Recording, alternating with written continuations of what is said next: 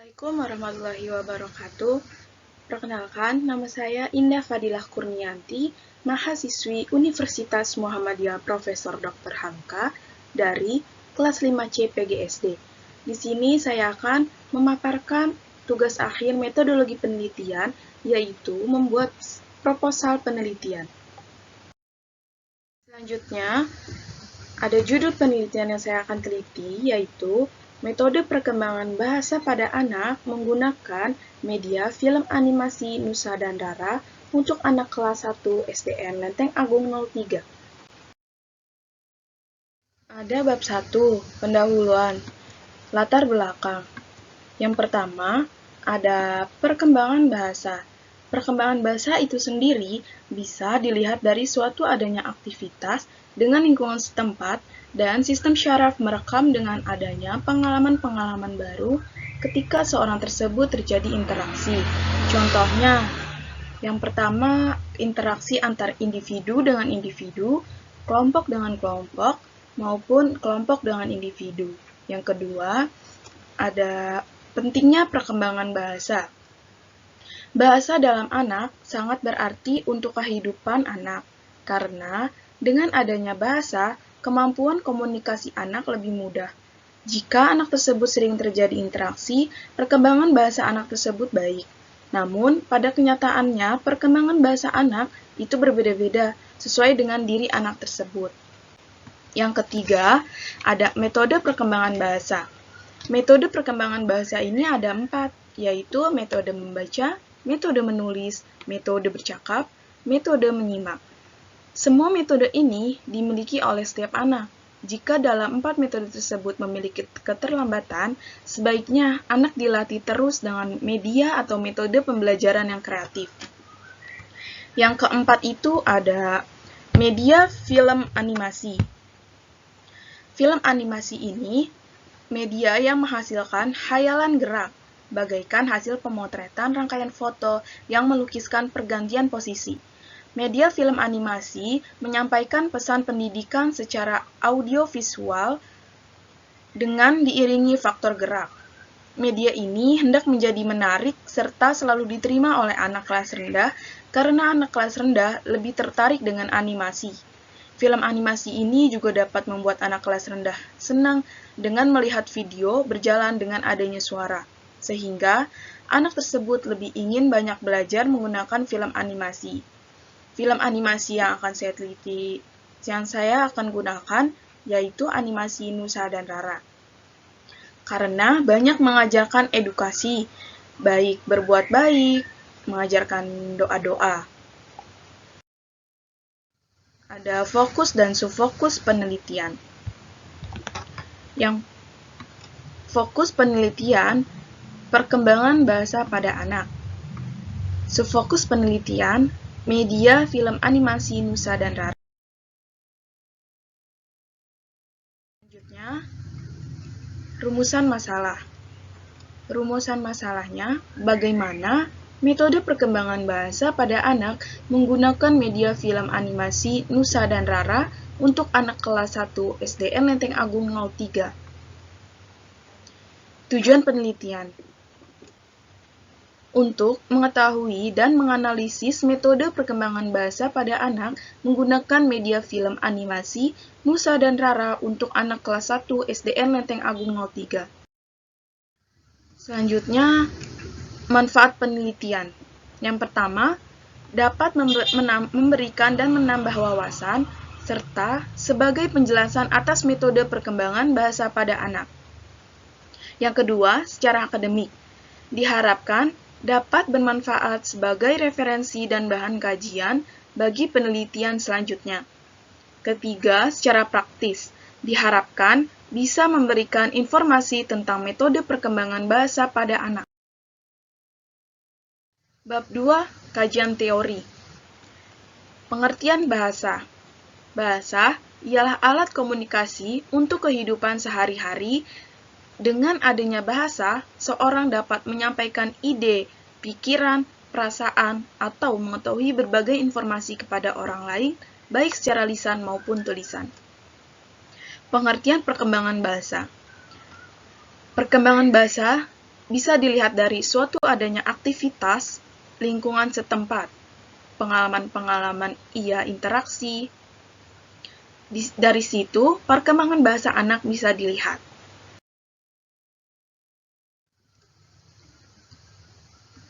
Metode perkembangan bahasa. Yang pertama, ada metode membaca. Metode membaca ini, anak kelas 1 biasanya masih didampingi oleh guru atau orang tuanya. Jadi, metode membaca ini digunakan untuk kelas 1 biasanya guru membacakan terlebih dahulu, baru siswa mengikutinya. Selanjutnya, ada metode bercakap. Metode bercakap ini digunakan untuk komunikasi langsung dengan guru, siswa dengan siswa, maupun siswa dengan orang tua. Metode bercakap ini juga saling komunikasi tentang pikiran, perasaan pada masing-masing individu yang dimiliki. Yang ketiga ada metode menulis. Metode menulis ini didampingi oleh guru karena tulisan siswa anak kelas 1 SD masih proses untuk lebih baik dalam hal penulisan. Namun, kemampuan menulis juga berbeda-beda. Ada yang sudah mulai rapi sejak kelas 1, ada juga yang masih tidak rata, atas bawah maupun tulisan huruf yang tertukar. Yang keempat, ada metode menyimak. Metode menyimak ini dilatih untuk mendengarkan dan mengutarakan pendapatnya seperti apa yang tadi sudah didengar. Metode ini melatih konsentrasi anak untuk mendengarkan. Ada fase perkembangan bahasa anak. Yang pertama, periode prelingual usia 0-1 tahun. Masa ini anak belum bisa mengucap seperti anak dewasa umumnya. Namun, perkembangan sejak lahir sudah ada pada minggu awal kelahiran. Perkembangan tersebut ada memiliki 5 tahap menurut Cair. Pertama, bunyi resonasi. 2, bunyi berdekut. Ketiga, bunyi berteter. Keempat, bunyi berleter ulang. Kelima, bunyi vokabel. Yang kedua itu ada periode lingual dini 1-2,5 tahun. Masa ini anak berucap, tetapi tidak banyak seperti emen atau yang biasa disebut permen, api, agi, atau lagi, dan lain sebagainya. Yang ketiga, periode diferensiasi usia 2-5,5 tahun. Periode ini, keterampilan bahasa anak memiliki perbedaan dari segi penggunaan kalimat maupun penggunaan kata-katanya. Selanjutnya ada periode sekolah atau sesudah usia 5 tahun. Masa ini, anak sudah memiliki kosakata yang banyak, sehingga bisa berkomunikasi. Namun, belum terlalu baik. Ada faktor-faktor pemerolehan bahasa. Yang pertama, ada faktor biologis. Setiap anak memiliki kemampuan berbahasa secara berbeda-beda, tetapi setiap anak mempunyai suatu bahasa yang terdiri atas fonologis, tata bahasa, kosakata, dan pragmatik. Yang kedua, ada faktor lingkungan sosial. Adanya suatu lingkungan sosial, setiap anak memerlukan lawan bicara untuk interaksi. Dengan adanya lingkungan sosial, anak dapat menambah kosakata baru. Dengan ini, pentingnya lingkungan sosial yang baik agar anak berbahasa yang baik. Selanjutnya, ada faktor inteligensi. Faktor inteligensi ini kemampuan dalam berpikir. Jika anak kemampuan berpikirnya secara cepat, maka menangkap sebuah kata lebih baik dan cepat tanggap. Selanjutnya, ada faktor motivasi.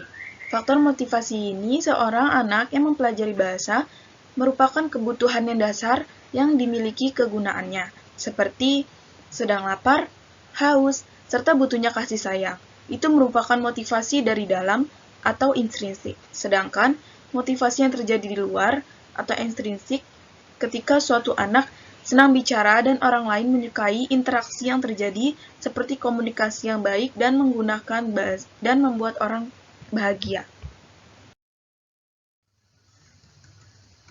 Media film animasi Nusa dan Rara. Media film animasi ini merupakan film yang bergambar, berwarna, dan rangkaian gambar yang bergerak. Pemutaran dalam film animasi ini sesuai dengan apa yang ingin diajarkan kepada anak. Banyak di zaman modern sekarang, film animasi dari yang mendidik hingga tidak mendidik. dalam film animasi yang mendidik, sangat layak dipertontonkan oleh khalayak ramai untuk membantu dalam pembelajaran. Film animasi ini sangat jelas ada latar, tempat, suasana, ilustrasi yang digambarkan. Ada penelitian yang relevan. Yang pertama, Astuti dan Mustadi dengan judul Pengaruh Penggunaan Media Film Animasi Terhadap Keterampilan Menulis Karangan Narasi Siswa Kelas 5 SD. Perbedaan penelitian ini hanya metode perkembangan menulis narasi, sedangkan yang saya akan teliti metode perkembangan bahasa. Semuanya. Yang kedua itu Rita Kurnia dan Yeni Solviah dengan judul Pengaruh Media Pensil Karakter Animasi Upin dan Ipin Terhadap Kemampuan Menulis Anak. Perbedaannya menggunakan media pensil karakter animasi Upin dan Ipin, sedangkan saya yang akan teliti mengenai media film Nusa dan Rara. Yang ketiga, Wiwik Pujaningsih dengan judul Metode Pengembangan Bahasa Penerapannya pada Pembelajaran Berbasis Tema dan Sentra di Taman Kanak-kanak. Perbedaannya, penelitian ini terletak pada subjek serta pembelajaran berbasis tema dan sentra, sedangkan yang saya akan teliti subjeknya sekolah dasar kelas rendah. Bab 3, yang pertama ada alur kegiatan. Yang pertama, saya akan mencari sekolah yang akan diteliti. Yang kedua, pengamatan. Yang ketiga, wawancara. Yang keempat, pengumpulan data. Yang kelima, kesimpulan. Tempat dan waktu penelitian SDN Lenteng Agung 03 dan akan dilaksanakan pada awal semester genap tahun ajaran 2021 atau 2022. Latar penelitian SDN Lenteng Agung 03. Peran peneliti setiap sebagai instrumen pengumpulan data. Metode dan prosedur penelitian. Metode yang digunakan menggunakan pendekatan kualitatif deskriptif, sedangkan prosedur penelitian menggunakan pengembangan model ADI. Pengembangan model ADI ini ada 5. Yang pertama ada analisis, yang kedua perancangan, yang ketiga pengembangan, yang keempat implementasi, yang kelima evaluasi. Tahap pertama analisis. Biasanya yang pertama menganalisis kompetensi siswa, yang kedua menganalisis karakteristik siswa, yang ketiga menganalisis materi yang ingin guru ajarkan terhadap siswa. Tahap kedua yaitu perancangan yang dimana kegiatan ini dilakukan dengan merancang pembelajaran yang sesuai dengan siswa di kelas tersebut agar siswa tidak merasa terbebani dengan adanya pembelajaran tersebut. Yang ketiga, pengembangan yang dimana kegiatan ini dilakukan dengan mengembangkan atau mengumpulkan materi-materi yang relevan dari berbagai sumber. Tahap keempat, implementasi. Kegiatan ini dilakukan dengan tahap pengembangan yang sudah diimplementasikan atau diterapkan pada waktu pembelajaran berlangsung, sehingga bisa melihat bagaimana metode perkembangan bahasa pada siswa. Yang kelima, evaluasi, yang dimana pada tahap evaluasi ini ada 2, evaluasi sumatif dan evaluasi formatif. Evaluasi sumatif ini mengetahui akhir dari proses pembelajaran, sedangkan evaluasi formatif untuk mengetahui bagaimana proses selama pembelajaran berlangsung. Ada data dan sumber data. Siswa SDN Lenteng Agung. Teknik dan prosedur pengumpulan.